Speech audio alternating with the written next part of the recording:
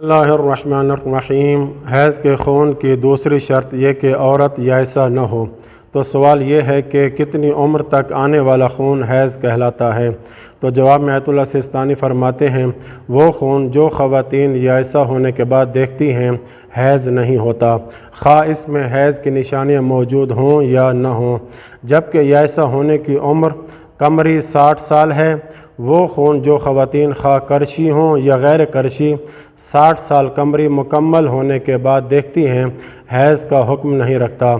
जबकि वो खून जो औरत 50 साल से 60 साल के दौरान देखे, खा करशिया हो या गैर करशिया, हैज़ का खून शुमार होता है।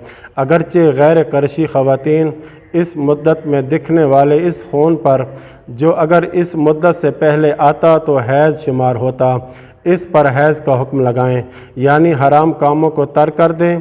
एहतियात मुस्तहब है कि मुस्तहाज़ा के अहकाम पर भी अमल करें, यानी हस्ब मौरिद वज़ू या वज़ू और गुस्ल के साथ अपनी इबादत को जारी रखें।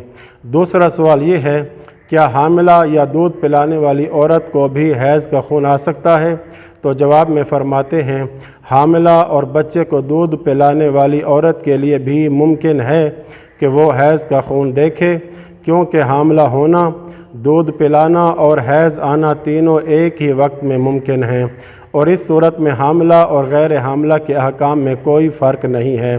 लेकिन वो हामिला जो आदत वक्तिया रखती हो, अगर अपनी आदत के शुरू होने के 20 दिन गुज़रने के बाद खून देखे और इसमें हैज़ की सिफ़ात भी हों, तो ये बिना बर एहतियात वाजिब इसके लिए ज़रूरी है कि उन मवारिद से इज्तनाब करे जो हैज़ औरत पर हराम हैं।